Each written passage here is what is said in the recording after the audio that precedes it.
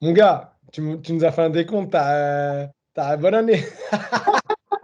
Ah, non, on est là, hein. Bien, c'est dit Quoi? quoi? En forme? La forme, on sort du taf, on bien. On a vu beaucoup de bonnes nouvelles aujourd'hui sur Twitter. Hâte d'en parler. Hâte d'en parler de ouf. Et en vrai, moi, j'ai besoin de savoir ce qui se passe sur Twitter parce que je vois, mais en vrai, toi, t'es MMA time, c'est-à-dire que t'es trop quelqu'un dans le MMA game. C'est-à-dire que tu dois avoir passé tellement de choses. J'ai trop envie de savoir en vérité. Ouais, non, en vrai, bah, déjà, dès qu'un Français fait un combat, il se passe autre chose. Mais là, on parle de Doumbé et Abdul. Dire quand c'est eux, c'est encore. Même nous, bah, qui sommes assez souvent sur Twitter et Time, à tout voir, il y a trop, c'est trop. Dès que tu fais un tweet sur Abdul, sur Doumbé, tu vois 50 commentaires, deux trucs, c'est abusé. En tout cas, ils ont hype les gens, hein. Ils sont très très forts. Ils ont hype les gens. Là, avec deux combats, le PFL Paris, c'est une dinguerie comment ils l'ont vendu en fait. C'est fou. Bah, déjà qu'il était sold out, Ouais. juste après l'annonce de Doumbé, c'était quasi sold out. Mais là, avec Abdul, carrément, je vois des tweets passer. Qui a des places pour le PFL? C'est comment? Machin, c'est. sais combien de messages j'ai reçus sur Time, tu sais où je peux acheter des places PFL Paris?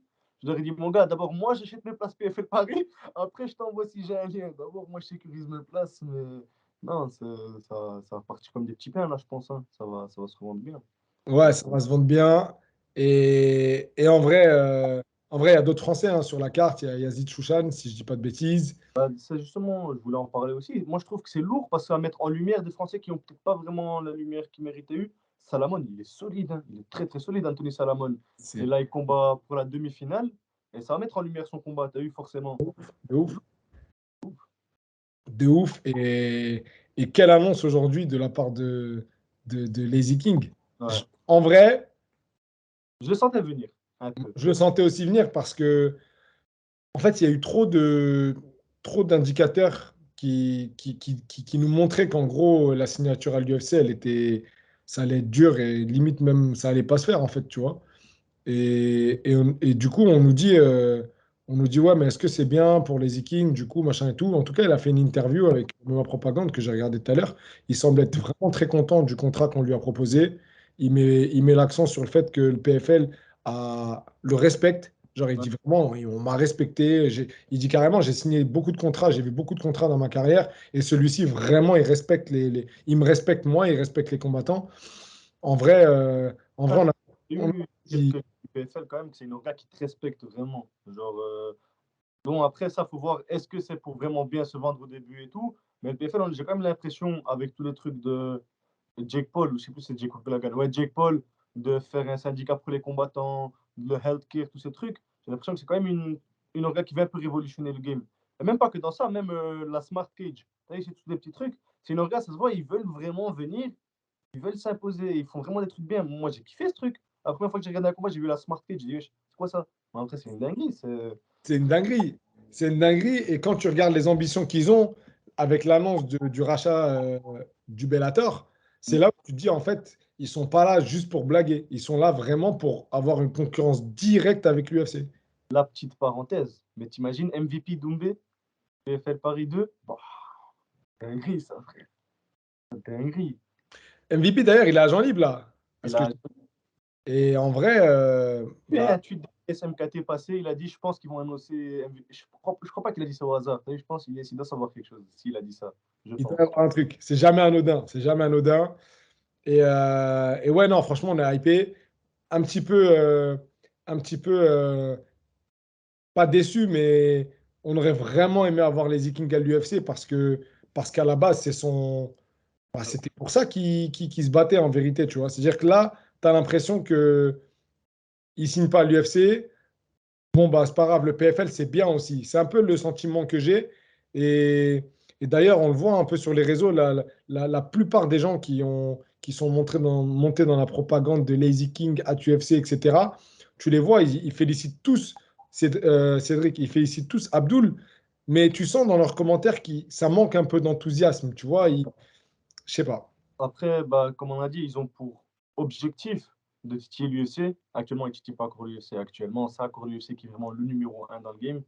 Et bah, en vrai, Abdul, c'est aussi ça le côté, je veux dire, négatif un peu d'avoir une manière de se vendre où lui disait toujours je veux l'UFC, l'UFC, l'UFC, l'UFC. Bah, c'est qu'après, quand tu vas au PFL, malheureusement, les gens ils vont se rappeler de. En vrai, c'est pas vraiment ton choix. Si tu aurais pu aller à l'UFC, en tout cas, c'est comment je le vois, je peux me tromper, mais je pense que si Abdul aurait pu signer à l'UFC, il aurait signé à l'UFC. Du coup, ça, ça enlève un peu du crédit à sa signature en mode genre, il aurait préféré aller à l'UFC. Mais sinon, on est tous contents pour lui. Et c'est Kamaru, tout à l'heure 48, il a que 28 ans, les gars, hein. Il fait 2 ans au PFL, tout est possible. De ouf. C'est De ouf. possible. Et d'ailleurs, en parlant de ça, il y a un gars sur Twitter, enfin, il y a quelqu'un sur Twitter qui me dit est-ce que sur le long terme, c'est un bon choix pour nous? Est-ce que d'aller au PFL compliquera encore plus la possibilité pour lui d'aller à l'UFC? T'en penses quoi? Ça, je pense pas du tout. Il y a eu des transitions PFL-UFC. Il y a des anciens de l'UFC qui viennent au PFL. Franchement, ça, je pense pas que ça va compliquer la transition. C'est pas comme le One, où on sait que quand tu signes au One, bon, c'est vraiment chaud d'aller à l'UFC après. Moi, j'ai pas l'impression qu'il y a des complications de barrière entre l'UFC et le PFL.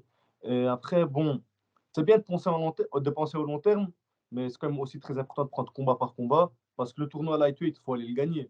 J'ai confiance à Abdul, mais il faut aller le gagner, faut le faire. Et bon, c'est du MMA, on n'est jamais à l'abri de rien, une blessure, un truc, tu es dans ta mauvaise soirée, tout peut arriver. On ne lui souhaite pas, mais déjà qu'il gagne ses combats au PFL, je l'espère. On va commencer par le PFL Paris. Et sur le long terme, je pense que c'est intéressant, mais je pense que là, Abdul il est d'abord concentré à aller chercher le million, être million beau gosse. Après, après, on verra.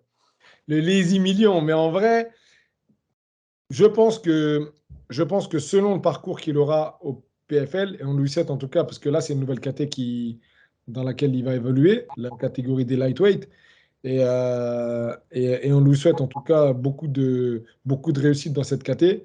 Hum, Mais ouais, son avenir, en tout cas, vis-à-vis de l'UFC, je pense qu'il va vraiment dépendre de son parcours au PFL. Demain, il claque le million.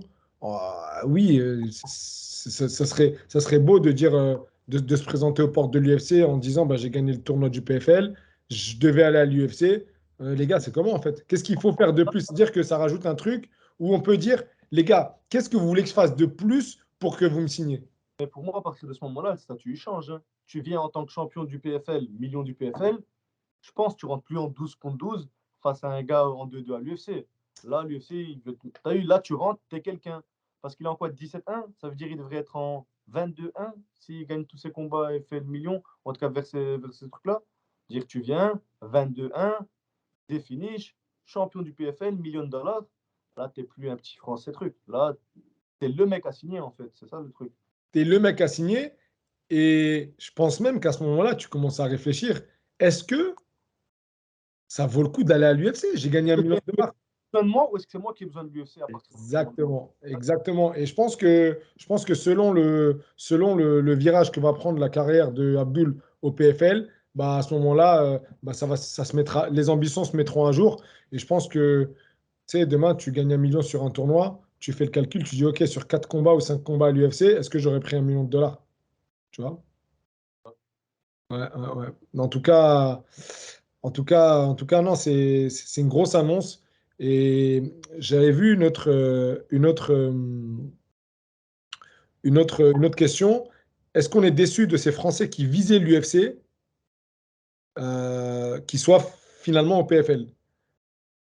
Moi, avec Doumbé, j'étais un peu déçu. En vrai, là, je suis content. En fait, moi, toi, il le train de Doumbé. Je suis rentré, je suis sorti, je suis rentré, je suis ressorti. Un mois, j'ai fraudé, j'étais à moitié dedans, j'étais pas dedans. Là, c'est bon, j'ai pris ma place. Là, j'ai payé ma place. J'étais en train de frauder. Là, j'ai pris ma place. Mais Doumbé nous a trop vendu du rêve. Et moi, en vrai, je sentais venir, je sentais la douille venir parce que dans sa vidéo où il dit vous pouvez choisir ma carrière, la manière dont il vendait le PFL, moi, je savais déjà qu'il allait aller au PFL. Puis il faisait les stories snap et tout. Moi, j'avais déjà compris, mais il y avait toujours cet espoir de. Et bon, finalement, ça s'est pas fait. Et bon, c'est à un moment, il faut se dire aussi, allez, nous, on est derrière l'écran. Pas toi, toi, tu combats aussi, mais nous, on est derrière l'écran. À un moment, c'est pas moi qui me fais frapper, c'est pas moi qui dois assurer ma famille avec ça. Ça veut dire qu'il y a des critères qui rentrent en jeu. Et au final, on est obligé de respecter le choix, même si on est un peu déçu. Au final, on restera toujours derrière les Français. Surtout derrière Cédric, parce que moi, je suis vraiment sûr que Cédric va faire quelque chose. J'en suis persuadé. Ouais, moi j'en suis persuadé aussi, et moi non plus, je suis pas déçu. Ça m'attriste quand je vois par exemple là pour le cas d'Abdoul. Alors, c'est pas de la tristesse, mais je me dis, ah, il voulait vraiment l'UFC en fait, tu vois. Et là, il se retrouve au PFL, bah, il est content en vrai. S'il est content, je suis content, c'est comme ça que je le vois, tu vois. Mais en tant qu'athlète, c'est sûr que quand tu définis un plan de carrière et que tu te dis, bon, bah voilà, je vais faire ça, ça, je vais mettre en place ça, ça, ça, je vais battre tel mec, je vais gagner double RS, etc. euh, dans l'espoir d'aller à l'UFC et que finalement, pour des raisons bah, aujourd'hui qu'on ignore, on ne sait pas pourquoi il n'a pas signé à l'UFC. Il y a beaucoup de choses qui circulent sur les réseaux, notamment l'embrouille, enfin le clash entre Fernand et Ali Abdelaziz. Est-ce que ça a pesé, est-ce que ça a été en défaveur de Abdul, par exemple, etc. Et tu te dis en vrai, si l'athlète il est content, s'il est content de ce qu'il a, ben en vrai, on est content pour lui, tu vois. On est content pour lui et en espérant que son parcours aille, enfin voilà, qu'il soit sans embûche au PFL, qu'il aille claquer son million et et voilà, et qu'à la fin, ils se disent, bah, en vrai, j'ai pas eu l'UFC, mais voilà, enfin, je suis millionnaire aujourd'hui grâce à mon sport et c'est un truc de ouf, tu vois.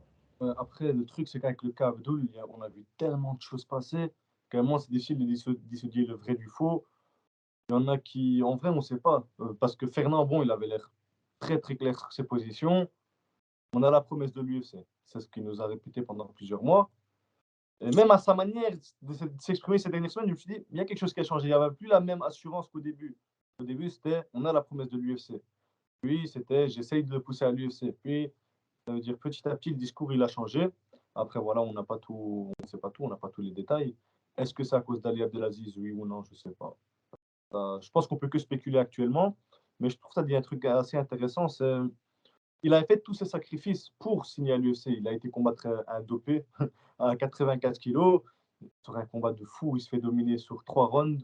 Il sort une clé de genou à 10 secondes de la fin. Non, 20 secondes de la fin, je crois que c'était. Et en vrai, moi, tout à l'heure, j'avais dit à un gars à qui je parlais avec à ma propagande, je lui ai dit, en vrai, mesquine un peu, parce que là, je peux me dire, en vrai, il n'avait pas besoin de faire ce sacrifice si c'était pour aller au PFL. En mode, là, il a perdu un peu, entre guillemets, perdu 7 mois. Parce que là, il a vraiment attendu l'UFC. En mode, s'il savait qu'il allait signer au PFL, peut-être qu'il aurait déjà fait 2 combats au PFL. Peut-être que tu as eu. Mais bon, après, ça, on ne sait jamais comment. Lui aussi, il ne savait sûrement pas qu'il allait signer au PFL. Du coup, voilà quoi. Bah, lui non plus, il ne savait pas qu'il allait signer le PFL et d'autant plus que je pense que son parcours à l'ARES va lui servir tôt ou tard, dans le sens où le combat qu'il a fait face à, j'ai oublié comment il s'appelait, Aratik, le combat qu'il a fait face à Aratik, c'est pas juste un combat. Tu sais, je vais parler à des anciens, génération Pokémon. Tu as un Pokémon niveau 2, tu bats un Pokémon niveau 10, et bah, ton Pokémon, il prend là l'XP, il monte tellement de niveau d'un coup. Bap, bap, bap, bap, bap. Et c'est pareil là, tu vois, Abdul, il est parti dans une KT qui n'est pas la sienne, il perd 4 rounds. Euh, Oh, je crois qu'il prenait le premier round. Premier round, je pense qu'il le prenait, mais enfin, il perd la majorité des rounds et on sait que le MMA, enfin, voilà, c'est scoré round par round. Euh, à la fin, il te claque cette clé de genou. Tu te dis, mais c'est une dinguerie. Et l'expérience qu'il a pris par rapport à ce combat, je pense que ça va lui être bénéfique, en tout cas pour la suite, que ce soit à l'UFC ou au PFL. Enfin, au PFL et pour plus tard, si ça se. Voilà quoi. Ça me fait rire ce que tu as dit, genre en mode level 2 contre level 10, parce que c'était un des combattants que Twitter a attaqué pour dire affronte Abdul, je ne sais plus lequel, parce qu'on les a tous attaqués. Mais il y a un gars, il a répondu, wesh, c'est un middleweight. Pourquoi vous voulez que je combat un middleweight? Je suis un lightweight. Mais en fait, lui, il n'a pas compris que c'est un welter qui fait sa transition en lightweight. Il s'est dit, pourquoi vous voulez que je combatte un middleweight? Mais c'est une dinguerie, en fait. En Mais fait, dire que là, il va faire sa carrière en lightweight, alors qu'il a battu un middleweight, mais un vrai middleweight, c'est pas un petit middleweight qu'il a battu. Aratik, c'est un vrai middleweight. D'ailleurs, Aratik, il allait combattre à l'Octagone 45. Il a affronté Vemola en catchweight à 80. Pour te dire que c'est un bon petit. Voilà, c'est un vrai middleweight, hein, c'est Aratik. c'est un vrai middleweight. Et moi, Carlos Vemola, je l'ai vu en vrai. J'ai Ouais. été à l'Octagone. Contre Euh, Alex, contre Alex. je me souviens plus, mais je me souviens de l'avoir. Non, non, c'était pas le soir où il y avait Alex qui a combattu. Attends, rappelle-moi. Il me semble que c'était le soir où il a combattu contre Alex. Si, si. Il Ouais. me semble que c'était ce soir-là. Euh, Et attention, hein, Tombé, frère, c'est une armoire. Voilà. mais c'est même pas une Limite, armoire, hein. C'est Terminator, il l'appelle Terminator là-bas. Terminator, mais c'est ouais, c'est son nom, mais c'est une bête. En vrai, moi, j'ai vu beaucoup de combattants, mais lui, c'est une dinguerie. Ouais, Non, ouais. une dinguerie, c'est une vraie dinguerie. Et ouais, non, c'était une dinguerie. Et là, on avait une autre question. Et on va s'arrêter là pour Lazy King. Est-ce que la com de Lazy King par son entourage était bon ou mauvais? Est-ce que c'est un échec pour Fernand, cette signature au PFL d'Abdoul? En vrai, échec, ça veut dire quoi? Parce que Fernand, au final, il est manager. Ça veut dire Fernand, là, Lazy King il va rentrer pour un plus gros salaire. Fernand va toucher plus. Est-ce que tu peux dire que c'est un échec? Si tu regardes vraiment du point de vue manager, en vrai, de vrai, est-ce qu'on peut appeler ça un échec? Après, oui, c'est un échec dans le sens où bah, Fernand n'a pas réussi à faire ce qu'il voulait faire. Il voulait faire combattre Lazy King à l'UFC, il ne l'a pas fait. On peut dire que ça, c'est un échec. Mais après, si tu regardes vraiment sur le point de vue manager, du coup, le but de base des managers, c'est de gagner son pain, c'est de gagner de l'argent. Là, tu peux pas dire que c'est un échec. Mais si tu regardes du fait qu'il nous avait promis l'UFC et que ça fait quand même plus d'un an qu'il nous dit qu'il a la promesse de l'UFC et que déjà contre Karl Moussou, il avait dit le gagnant sera l'UFC Paris, puis contre Aratik, puis là, oui, on peut dire que c'est un échec. Mais sinon, voilà, ça dépend de comment tu le vois. Ouais, je suis d'accord avec toi. Ça dépend comment tu le vois. Moi, je dirais 50-50. 50-50, pourquoi? Parce que bah, aujourd'hui, Abdoul, il est le client du Management Factory, tu vois. Et en tant que client, bah, tu as des gens qui travaillent pour toi en fonction de tes ambitions et en fonction de ce que tu demandes, tu vois. Et, et quand aujourd'hui, on te dit tu vas aller à l'UFC, tu vas aller à l'UFC, tu vas aller à l'UFC, et que derrière, on n'arrive pas à te signer, c'est un demi-échec. Demi-échec, pourquoi? Parce que bah, enfin, les attentes de mon client, en l'occurrence Abdul Abdouragimov, sont l'UFC.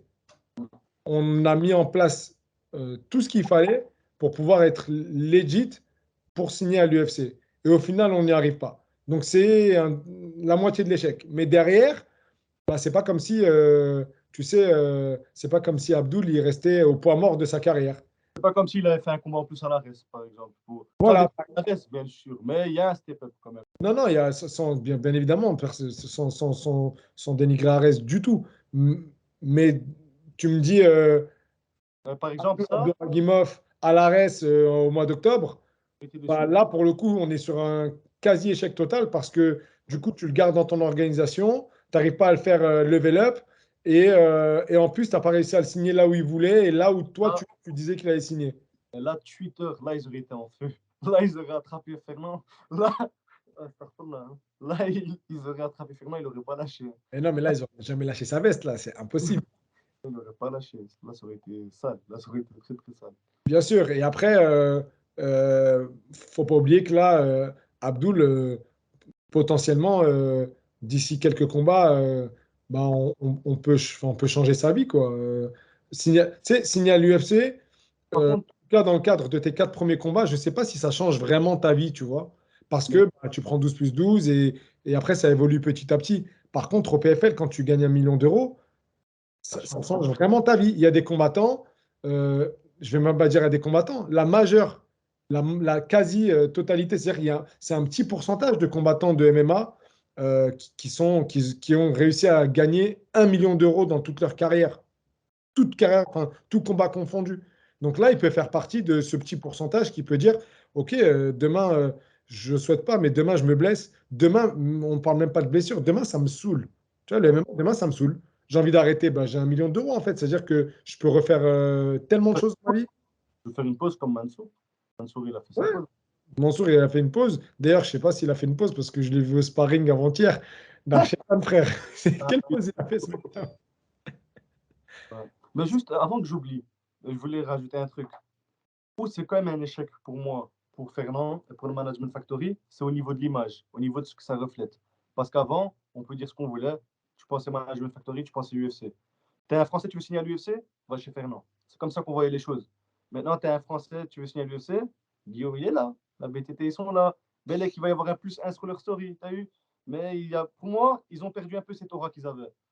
Après, peut-être qu'ils n'ont jamais eu cette aura, peut-être que c'est moi qui me fais des films. Mais pour moi, ils avaient ce truc de si tu es un Français, tu veux signer à l'UFC, va chez Fernand. T'as vu? Bah non, ils ont pas perdu l'aura. Je pense qu'aujourd'hui, la MMA Factory et enfin, le Management Factory et MMA Factory, je pense que je ne pense pas, c'est les premiers gars à avoir signé des mecs à l'UFC en réalité, tu vois. On remonte dans le passé, tu avais Michael Lebou, tu as eu Taylor Lapillus, ensuite tu as eu Francis, et après ça s'est enchaîné. Et à cette époque, moi, quand j'étais à la MMA Factory, c'était les mecs, ils venaient pas pour s'entraîner, ils venaient parce que vraiment, ils pensaient que tu viens et il y a des contrats qui t'attendent et vas-y, ça se trouve, tu vas avoir un contrat. Genre, c'était vraiment ça. Aujourd'hui, ça n'a pas vraiment changé, c'est juste que ça a évolué. Et le même en France, il évolue. Euh, Forcément, il y a des nouvelles écuries qui vont se créer. Forcément, il y a des nouveaux managers qui vont se créer. Forcément. Et en fait, pour reprendre le terme, un terme favori de Fernand, tout cet écosystème, eh ben, il peut pas fonctionner avec un seul gars. Forcément, hein, Guillaume, ça fait combien de temps qu'il manage des mecs? Forcément, à un moment donné, il allait signer des mecs à l'UFC. En plus, là, il a la majorité, c'est des Français. Et à un moment donné, il va signer des mecs. Donc, euh, donc non, c'est en train de changer. Et moi, je trouve que c'est bien. Je trouve que c'est bien parce que ça crée une concurrence. Et la concurrence, ça pousse chacun de son côté à donner le maximum pour être le meilleur. Quand il n'y a pas de concurrence, tu n'as pas besoin de faire d'efforts, en fait, tu as vu? Donc, euh, donc non, voilà. Et là, en plus, avec Doumbé qui va affronter Jordan, c'est. Bon, j'en ai parlé, on en a parlé avec Kimi dans les chroniques du MMA, mais en vrai, de vrai. Pour moi, c'est un banger. Il y a plein de gens qui disent, ouais, non, regardez, machin, Jordan. Pico, il Non, a donné c'est un banger. J'ai pas eu le temps de regarder la vidéo encore. Pico, il a donné son avis sur le combat? Pico, il donne son avis et il pense que Jordan va battre Cédric. Il pense que. Alors, il donne. Non, alors, Non. pour le coup, je te jure, hein, et c'est pas pour prendre sa défense parce que c'est Avec mon. des vrais arguments?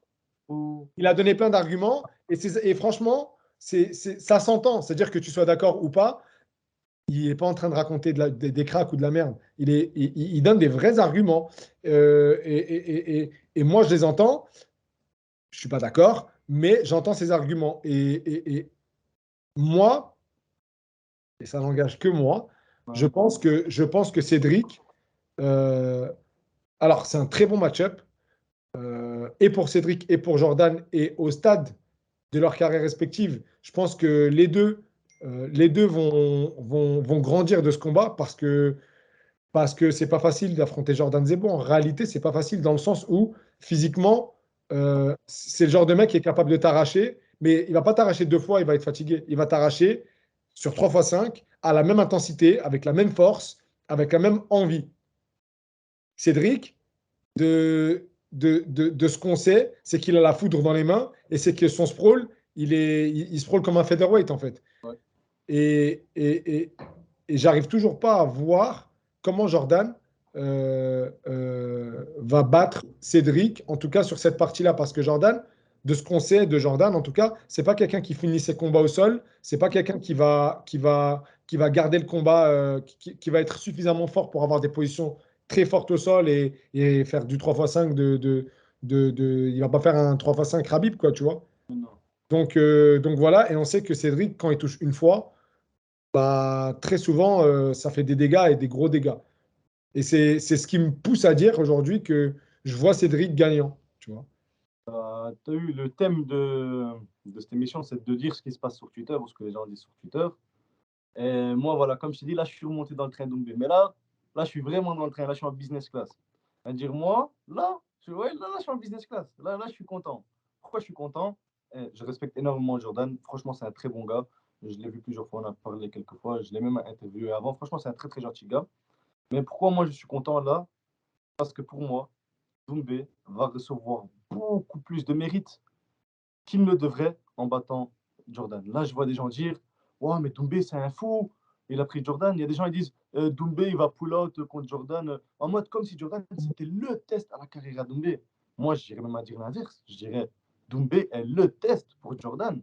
Genre, moi, je le vois comme ça, limite. Et c'est vraiment pas pour manquer de respect à Jordan, mais pour moi, il a une bonne lutte. Je dis pas qu'il a pas de lutte. Ok, on a vu, il a smash Karim Gadji. Bon, les gars, en fait, c'est ça le problème de Twitter aussi. Il a smash Karim Gadji, c'est pas Khabib, comme tu as dit. pour moi, il n'a pas une assez bonne lutte pour aller vraiment amener au sol plusieurs fois Cédric. Peut-être qu'il va l'amener au sol une ou deux fois dans le combat. Ça, on ne sait pas. Tu as vu, ça peut. Comme tu as dit, il n'a pas vraiment des positions très fortes au sol. Et debout, pour moi, il a quand même quelques petites lacunes, Jordan. Et là, je vais me baser sur un combat à lui qui date d'il y a 2 ans et demi ou 2 ans et demi, 3 ans. Bon, on sait qu'un combattant, ça évolue très vite. Mais il a affronté un mec qui est plutôt pas mauvais en pied-point, en amateur, Alvid Dassuyev, si je dis bien son prénom. Et il a pris un TKO et il s'était quand même fait toucher assez bien debout. Et pour moi, bah, malheureusement, pour Jordan, heureusement pour Cédric, c'est ce qui va se passer. C'est que je sais même pas si, en vrai, Jordan, il aura le temps d'essayer de lutter Cédric. Parce que je me dis même, s'il veut casser la distance trop vite ou quoi, Cédric, il en faut vraiment pas beaucoup. Il en faut vraiment pas beaucoup pour que ça finisse. Du coup, voilà, moi, je vois vraiment un finish de Doumbé, honnêtement. Moi, je vois aussi un finish de Doumbé. Après, là où faut quand même pas, enfin, pas prendre Jordan à la légère, c'est que, ouais, effectivement, entre son combat amateur d'il y a 2 ans et aujourd'hui, il a énormément pris en maturité. C'est plus le même garçon. Et, et je pense qu'il a quand même ses armes pour battre Cédric. C'est-à-dire que demain, euh, bon, moi aujourd'hui, je pense que Cédric va le battre. Mais si Jordan bat Cédric, je ne serais pas choqué. Je ne vais pas être en mode waouh, la dinguerie qui vient de se passer. Tu vois. Je vais juste être enfin, je vais juste me dire, en fait, il avait les armes pour battre Cédric réellement. C'est-à-dire que ses qualités physiques, ses qualités athlétiques et sa lutte.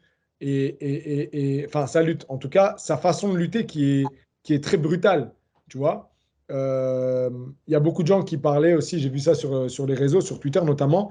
Est-ce que Cédric aura la caisse pour pouvoir, tu sais, boxer, défendre la lutte, tomber, se relever euh, autant de fois que Jordan l'amènera, en tout cas tentera de l'amener au sol. Parce qu'au Glory, il serait très bien les 50 Doumbé.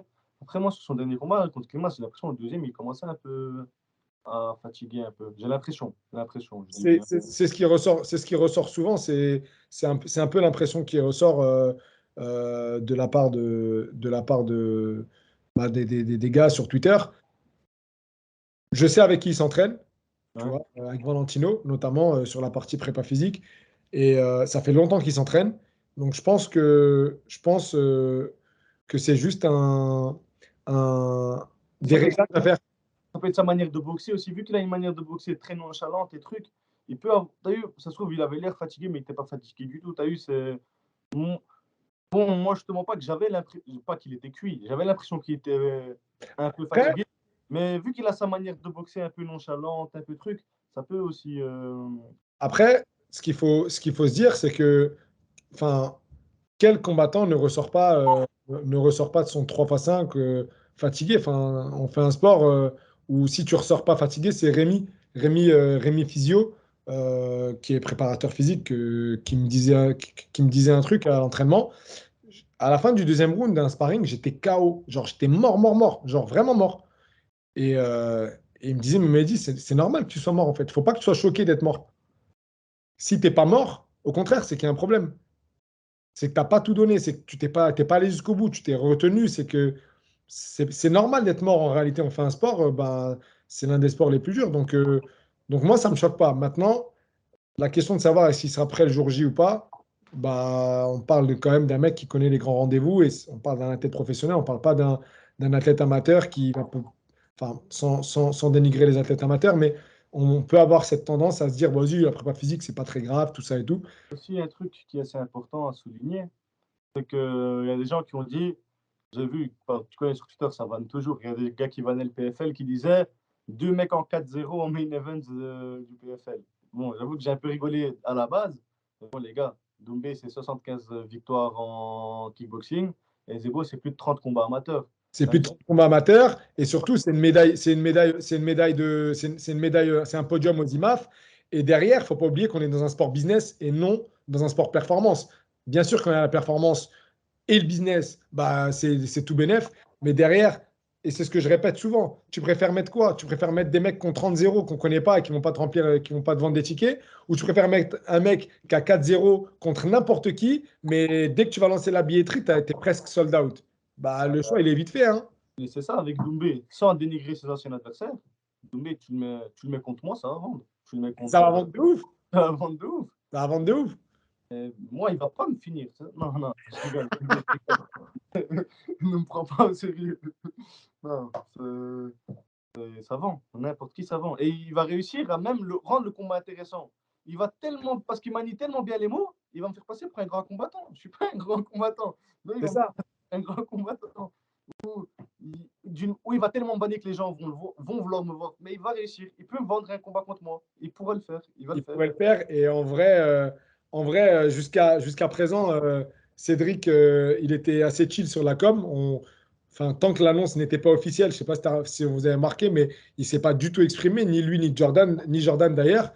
Mais là, il a teasé une vidéo, il a teasé un truc où il dit là, en gros, je vais lâcher les chevaux, vous n'êtes pas prêts. Et tu vois, c'est ce truc qui rend ce gars intéressant, c'est que il arrive à te vendre des vidéos YouTube que tu attends, il te tease le truc. Tu as juste envie de savoir ce qu'il va raconter en vérité. B, ça, frère, même pas s'il fait du YouTube. Frère, Wallah, ses placements de produits, il les fait tellement bien. Dès que je vais à Paname, je vais goûter pasta sana. C'est pas possible, ça a l'air vrai. Voilà, il vend trop bien, c'est de la folie. Frère, même, allez, dès qu'on parle de Doumbé, plein de gens ils vendent sur quoi? Sur le miel, parce qu'il vend du miel. Mais au final, ça veut dire quoi? Tout le monde le retient. Même, c'est quoi la marque là? Zélis. Après, moi je suis pas français peut-être pour ça, mais moi je connaissais pas Zélis. Maintenant, dès que je vois quelqu'un avec Zélis, ah ouais, c'est la marque Doumbé, il a promu. Bien sûr. Oh, frère, au niveau. Et c'est une machine de communication, de marketing. Et franchement, il est très, très fort là-dessus. Et ça, on ne peut pas lui retirer. Maintenant, maintenant, et pour finir, sinon, on va rester sur une heure. Ça va durer une heure. Est-ce que, je ne sais plus qui c'est qui nous posait la question. Est-ce que, allez, deux questions. Est-ce qu'on pense que dans les années à venir, le PFL Paris sera plus attendu que l'UFC Paris? Et est-ce que Cédric a été euh, précurseur dans les signatures, en tout cas, ou dans les, euh, dans l'intérêt, dans l'intérêt qu'ont les gens pour le PFL? PFL, bah, tu sais, la situation de Doumbé, tu penses à quoi? Je sais pas si tu suis le foot. CR7, il a signé en Arabie Saoudite. Tout le monde disait, ah, t'es parti là-bas pour les sous, tes trucs et tout. Maintenant, tout le monde signe là-bas. De Ça veut dire ouf! il faut que quelqu'un prenne la foule. Il faut que quelqu'un se fasse critiquer. Doumbé, il a pris les critiques. Maintenant, tout le monde félicite les Vikings. Il faut que quelqu'un le fasse en premier. Du coup, Doumbé l'a fait en premier. Et là, ça suit. Mais en vrai, bon, je pense que certainement, ça aide le fait que Doumbé ait signé. Parce que voilà, les Français, on est déjà plus familiers avec le PFL. On n'était pas forcément avant la signature de Doumbé. Ça veut dire ça facilite la transition pour Abdul. Mais Abdul, il a une communauté tellement solide que je pense que même sans Doumbé, ça aurait eu de l'engouement. Peut-être pas autant. Je pense pas autant. Je pense que ça a quand même bien aidé. Mais quoi qu'il arrive, Abdul peut signer où il veut. Tu auras son armée, quoi. Elle sera là. La communauté, elle est folle. Bien sûr, bien sûr. Est-ce que le PFL sera plus attendu que l'UFC Paris? Je pense pas encore. Je pense qu'il va falloir signer encore quelques noms français pour, bah, tu vois, là, l'UFC Paris. Bah, tu as Morgan, tu as William, tu as Manon, tu as Cyril, tu as Taylor, tu as Yanis, on doit avoir Fares. Enfin, tu vois, je sais pas qui j'oublie. Est-ce que j'oublie quelqu'un dans la liste des Français? Non, je crois que c'est bon. Yanis, tu l'as dit, Yanis, Il y ouais. a Benoît, il y a Benoît. Non, non, Et en fait, c'est tout ça qui fait qu'aujourd'hui, ben, on est hypé par l'UFC. En plus ben, du nom UFC, tu te dis, en fait, c'est sûr que ça va être trop bien. Maintenant, moi, je pense que le PFL va devoir signer encore quelques noms, ou alors que les noms qui sont déjà dans le rooster du PFL, je pense à Anthony Salamone qui va combattre pour la demi-finale de son tournoi. Je pense à, euh, Yazid. Je pense à Yazid Chouchan. Donc ouais, je pense qu'avec un rooster, il y a déjà pas mal de Français, hein, mais je pense que dans le rooster des Français, je pense qu'il va falloir quand même mettre un peu plus de lumière sur ces gars-là pour que ces gars-là rameutent de la communauté et que ça hype encore plus le PFL Paris. Voilà. Après, tu sais, avec l'UFC, il y a toujours ce truc. L'année passée, tout le monde se plaignait de la carte. Au final, sur place, je sais pas, où tu étais sur place, c'était avec Omar Sy en plus, si je dis pas de conneries. Ouais. L'ambiance, elle était folle. Moi, je suis un Belge, j'ai sauté sur qui ne saute pas n'est pas français. Vous voyez, J'ai chanté la Marseillaise, je la connais même pas, mais t'as vu, j'ai fait. Je vois avec ce que je connais. Pour te dire, genre, l'ambiance, elle était folle. Et c'est ça avec les Français, ils sont bon public. Allez, je dis on, parce que francophone, Belgique et tout, mais tu me mets dans une carte, dans n'importe quel pays, en Finlande, tu me mets un Français sur une carte, je vais crier tout mon corps pour le Français. Et ça veut dire que bah, l'ambiance, quand il y aura des Français, sur la carte, l'ambiance sera toujours au top. Même Charles Jourdain, il n'aime pas français, parce que c'est un Québécois, on a donné de la force de malade mental. Ça veut dire, bah, quoi qu'il arrive, un- quand tu combats en France, devant des Français, tu auras toujours un soutien de fou, ça c'est sûr. De ouf. De ouf. En tout cas ce PFL me hype encore plus. Ouais. L'UFC me hype déjà. Voilà, c'est deux rendez-vous qu'on ne va pas manquer. En tout cas, moi, je pense qu'on a fait le tour. Hein? J'ai une question pour toi. Ah, vas-y, dis-moi. Tu as le choix, tu regardes soit que le co-main event et main event de l'UFC Paris, ou que le co-main event et main event du PFL Paris. Tu choisis quoi?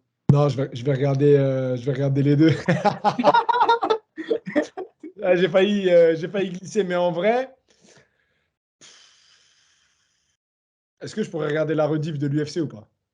Ah, tu peux regarder la revue, c'est tranquille. Ben, je regarderai le PFL parce que le combat d'Abdoul, j'ai vraiment envie de le voir. Et le combat de Cédric, j'ai vraiment besoin de savoir comment Cédric va faire en tout cas et comment enfin, comment les deux vont faire pour se sortir de leurs problèmes respectifs. Après, voilà, le Common Event de l'UFC, c'est Manon Fiorot et Rose, c'est ça? Ouais. Manon Fiorot et Rose. Et puis on a Cyril avec Spivak. Euh, c'est des combats. Le combat de Manon me hype à mort. Le combat de Cyril me hype, mais il me hype pour la suite. J'ai besoin de savoir s'il bat Spivak, quelle va être la suite. Bon, on sait que enfin, on pense en tout cas que c'est Thomas Spinal, mais c'est surtout la suite qui me hype. Je pense que Cyril va battre Spivak. Attention à Spivak quand même, mais je pense que Cyril va le battre. Il a les armes pour le battre, mais c'est la suite qui m'intéresse. Thomas Spinal versus Cyril Gane, pour moi, c'est une ceinture BMF en fait. C'est une dinguerie en vérité, tu vois. Fou. Moi, franchement, ce combat, je le prends même un peu personnel parce que les Anglais, je vois, ils ont trop pris la confiance avec Aspi. Il est bon, hein, mais je vois, ça vanne un peu trop Cyril à mon goût. Je veux dire, on va Ils ont t'attraper. oublié. On va t'attraper. Ils ont oublié la hype, ils ont oublié, et c'est ce que Boulox il disait, et il disait que est-ce qu'on n'est pas, on n'a pas la culture de l'instant T, tu vois? Et des fois j'ai un peu cette impression-là, en tout cas on a oublié que le run que Cyril a fait, il est juste, c'est un run de ouf en fait. À chaque combat on se disait, ah mais c'est chaud, ah mais c'est chaud, et à la fin les mecs il les a rendus nuls, tu vois? Même en vrai, parce que moi c'est un débat que j'ai souvent avec des gars à moi. Déjà, pour moi, je sais qu'on n'est pas beaucoup. Pour moi, le Ngannou gagne, il est vraiment discutable. Pour moi, le cinquième round, moi, je le donne à Cyril. Vraiment, personnellement, je le donne à Cyril. Je sais qu'on n'est pas beaucoup de mon avis, moi, je le donne à Cyril. Après, voilà, on va pas s'éterniser là-dessus. Bon, il perd contre Jones. Là, c'est vrai, il perd. Voilà, c'est la manière fait en sorte que maintenant, il a été très, très sous-coté. En vrai, là, maintenant, il est sous-coté, Cyril, il faut dire la vérité. Là, les gens, ils voient comme un mec nul. Allez, pas comme un mec nul, mais tu as compris ce que je veux dire. On dit qu'il a aucun sol, qu'il a aucune lutte. Pas ça, c'est juste que bon, just, tu peux être dans ta mauvaise soirée. Et si en plus c'est dans ta mauvaise soirée face à John Jones, c'est vraiment pas le moment pour être dans une mauvaise soirée. Mais du coup, même sa performance contre Ngannou, de forcer Ngannou à lutter, c'est une dinguerie en fait, de se dire, Ngannou, il s'est dit, je vais devoir lutter face à ce mec pour gagner. En vrai, Ben c'est. oui. En vrai de vrai, c'est-à-dire il a poussé Francis à se dire, bon, si ça continue comme ça, je risque de perdre le combat au point à la décision, quoi, tu vois. Et, euh, pareil pour Jones, moi, je trouve que oui, la manière, elle nous a un peu surpris parce qu'on s'attendait à plus de la part de Cyril, mais il faut pas oublier qu'il a affronté The GOAT en vrai, de vrai, de vrai. Il a affronté le meilleur combattant de. Alors après, c'est mon avis, mais il a affronté l'un des meilleurs combattants de tous les temps, si ce n'est le meilleur combattant de tous les temps. Donc est-ce que c'est la honte de perdre face à John Jones? Ben non, en réalité, tu vois. Mais c'est ça, hein. Il est là le contexte en fait. C'est pas la honte de perdre face à John Jones. Mais est-ce que c'est la honte d'être son finish le plus rapide à l'UFC de cette manière, t'as eu. C'est ça le truc aussi. En vrai, la manière, elle joue beaucoup. Même en vrai, il serait fait soumettre. De se faire soumettre, ça arrive à tout le monde de se faire soumettre.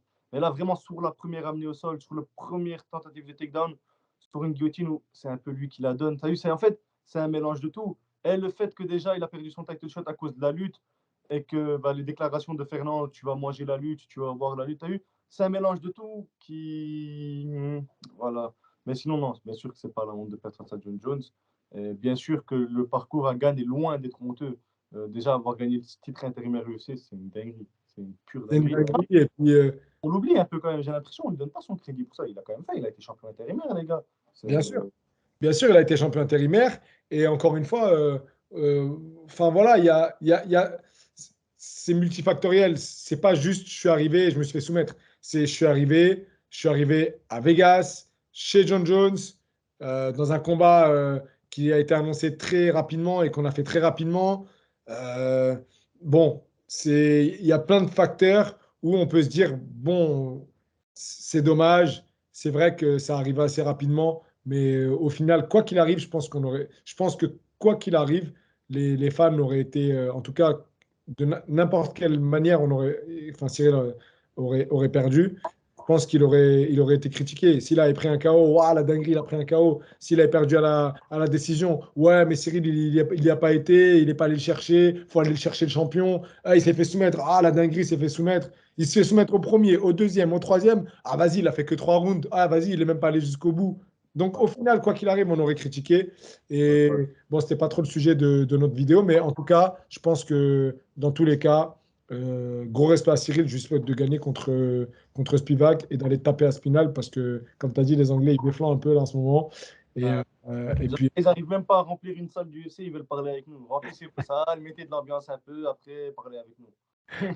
je te jure. Bon, en tout cas, mon gars, Tous les sujets, on a parlé presque une heure. ouais, presque 1 heure. Franchement, c'était fluide de ouf. Puis voilà, on continue, on continue. Moi, là, la vidéo, là, la vidéo, elle part ce soir, là, direct. Je rigole même pas. Vas-y, bah, ce soir, je me branche. Là, je vais à l'entraînement. Je vais en grappling. Bon, les gars qui font du kick, quand vous mettez au grappling, t'as eu moi, je regarde du MMA, je me dis, ouais, tranquille, je vais savoir passer la garde et tout. Non, vous allez vous faire soumettre toute la soirée. Là, c'est mon 3e cours de grappling que je me fais soumettre, j'en ai marre. J'ai même pas envie d'y aller, je vais y aller quand même. Mais voilà, j'ai même pas envie d'y aller. Voilà. Hey, attends, mais par contre, c'est une dinguerie un peu.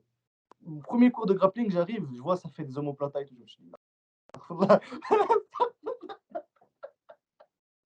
voilà, mais bon, c'est comme ça.